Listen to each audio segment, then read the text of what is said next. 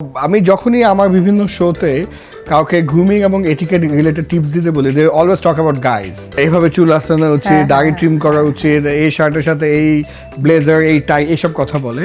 No one could give me really precise grooming etiquette and hygiene tips for women. যদি আপনি kindly do me the honors. Entry level এ যারা আসে, they all are young and energetic and everything. But আমার কাছে personally মনে হয় office is a place যেখানে আসলে আমরা একটা ডেকোরামের মধ্যে বা একটা সার্টেন এনভায়রনমেন্টে থাকি। সেখানে আমি পার্সোনালি খুব ইনফর্মাল ড্রেস আপকে এনকারেজ করি না।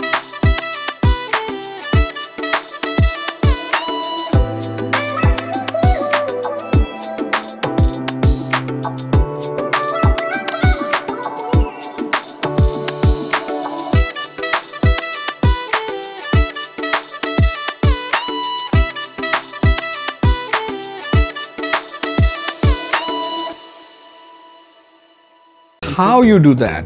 Because I also want to learn the trick myself. How do you create that bonding? How do you create that relationship? Very simple. You talk to your team members. কিছুদিনের মধ্যে বুঝে যাবেন কোনটা কাকে motivate করে, inspire করে। যেমন if you talk to me, আমার ছেলের কথা বললেন, I felt so good. Okay. আপনি আমাকে নিয়ে যদি এখন 1 লাখ টাকার একটা গল্প করবেন জুয়েলারি নিয়ে, আমাকে ওটা অ্যাট্রাক্ট করবে না, টানে না। Okay. আমার বাচ্চা নিয়ে করলেন, তাহলে আপনি বুঝলেন যে আমি বাচ্চার কথা বললে হ্যাপি হই। আপনি হয়তো দেখা হলে জিজ্ঞেস করলেন, এই তোমার বাচ্চাটা কেমন আছে, আপনার বাচ্চা কেমন আছে, how is Zuhair doing, how is Wanaiza doing. Beautiful names by the way. হ্যাঁ সো দ্যাট মোটিভেটস মি। আমার ওই টিম মেম্বারটার হয়তো কাউকে টাকা মোটিভেট করবে, কাউকে মোটিভেট করবে, টাকা is important, that will motivate. But there are people যাকে তার ফ্যামিলি নিয়ে কথা বললে মোটিভেট করে, তার বাসায় যে সে একটা বাগান করছে সেটা নিয়ে জিজ্ঞেস করলে সে হ্যাপি হয়, তাকে নিয়ে একদিন কফি খেতে গেলে সে অনেক ইম্পর্টেন্ট ফিল করে নিজেকে। We have to do this.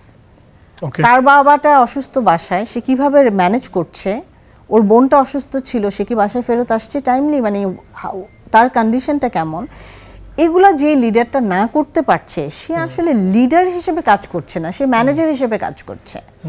Because say প্রতিবন্ধকতাগুলোকে overcome করতে হেল্প করছে না। প্রতিবন্ধকতা আমার ফুল পোটেনশিয়াল যখন আমি ফুললি হ্যাপি অ্যান্ড এনার্জাইজড। আমি হয়তো খুবই ভালো এমপ্লয়ি, আমি অফিসে ফুল দিচ্ছি, কিন্তু আমার বেস্টটা বের হচ্ছে না যতক্ষণ পর্যন্ত আমি শিওর আমার বাসায় সেফ, আমার বাসায় সবকিছু সেফ আছে ততক্ষণ। সো ওইটাও কিন্তু একটা লিডারের কাজ। So most of the cases আমরা দেখি যে অনেক লিডারই আছেন যারা শুধুমাত্র নাম্বার নিয়ে কথা বলেন এবং নাম্বার নিয়ে এমন লেভেলে নিয়ে যায় যেটা আসলে আগানোর জায়গায় আমার কাছে মনে হয় পিছায়। আমরা how we talk, that is also important. হ্যাঁ, যেমন আমার মনে হয় আমার মেসেঞ্জার যখন আমাকে একটা কফি দিয়ে যায়, I always say thank you, and সে খুবই খুশি হয়ে বলে। বা নিচে যে গার্ডটা আমার ব্যাগ চেক করছে, ভদ্রমহিলা কেমন আছেন আজকে, আপনি কালকে তো আসেননি, ওর জন্য এটা একটা মোমেন্ট অফ ম্যাজিক। এবং সে প্রতিদিন আমাকে দেখলে অন্য আরেকজনের তুলনায় জোরে আসসালামু আলাইকুম আপা কেমন আছেন, এটা একটা বন্ডিং। সে হয়তো আরো 5 জনকে দেখে ওটা করছে না। সো এটার জন্য human quality is very very important.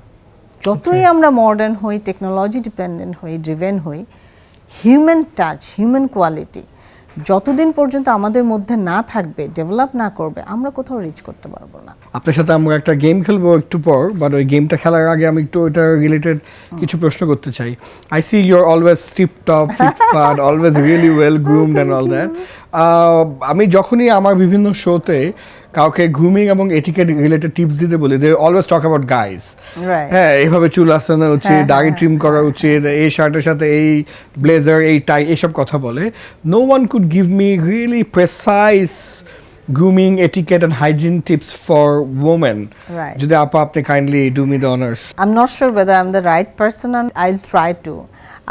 আমি পার্সোনালি যারা সিনিয়র ম্যানেজমেন্টে আমি তাদেরকে বলবো, বা যারা এন্ট্রি লেভেলে যারা আসে, they all are young and energetic and everything.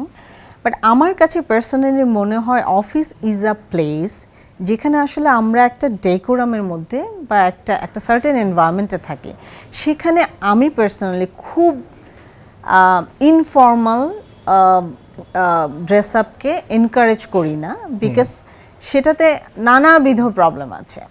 So আমি মনে করি একটা ফর্মাল অ্যাটায়ার তার থাকা উচিত, সেটা সালোয়ার কামিজ হতে পারে, সেটা ওয়েস্টার্ন হতে পারে, but that has to be a bit formal kind of western outfit.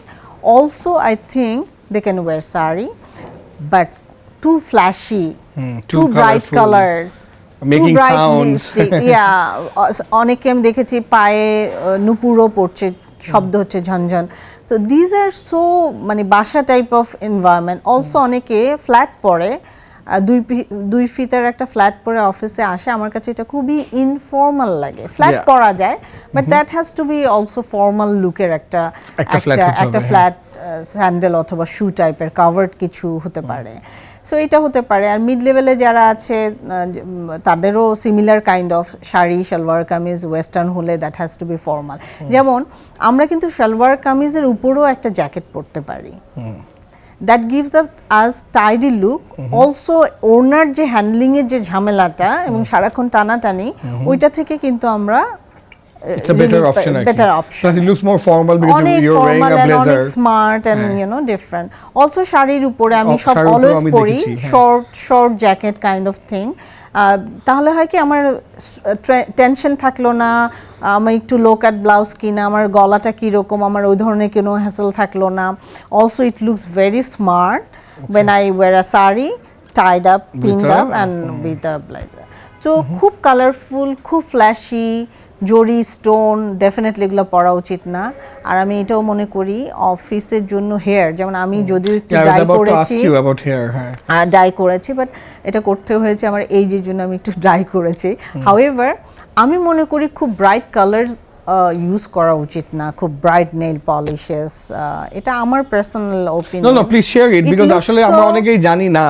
হ্যাঁ, it looks so informal, because office corporate জায়গাটা তো এমন একটা জায়গা যেখানে আসলে আমরা কাজ করার জন্য আসি, হ্যাঁ হ্যাপিলি কাজ করি, বাট এনভায়রনমেন্টটা যাতে ওরকম থাকে যে হ্যাঁ আমি গোয়িং টু সামওয়্যার যেখানে আমি আসলে ফর্মাল একটা এনভায়রনমেন্ট আমার কাজটা করতে যাচ্ছি।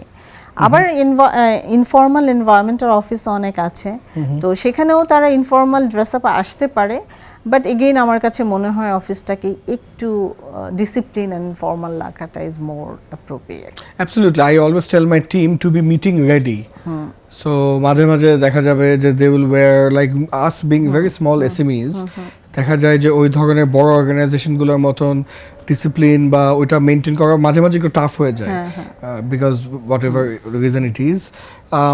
But then I always tell them যে মানে always be meeting ready, because হঠাৎ করে যদি দুপুর 3টা একটা মিটিং পড়ে তখন বলো না যে আমি তো স্যান্ডেল পরে আসছি, আমি তো এরকম একটা ইনফর্মাল ফতুয়া পরে আসছি, আমি talking about girls actually, and then একটা বিপদ হয়ে যায় যে মিটিং এ যাওয়া যাচ্ছে না। একটা জিনিস আমি বলি খুব ইম্পর্টেন্ট, সেটা হচ্ছে ফর্মাল এনভায়রনমেন্টে অনেক সময় একটু ভারী লাগতে পারে বা একটু প্রেশার মনে হতে পারে যে অলওয়েজ স্যুট পরে আছে, একটা ফর্মাল।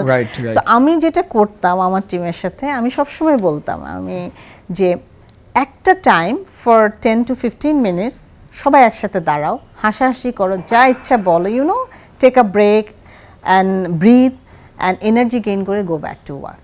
That works. কারণ ওই যে অনেকে বলে না যে ইনফর্মাল অ্যাটায়ারে অনেক লাইটার লাগে, অনেক আরাম লাগে।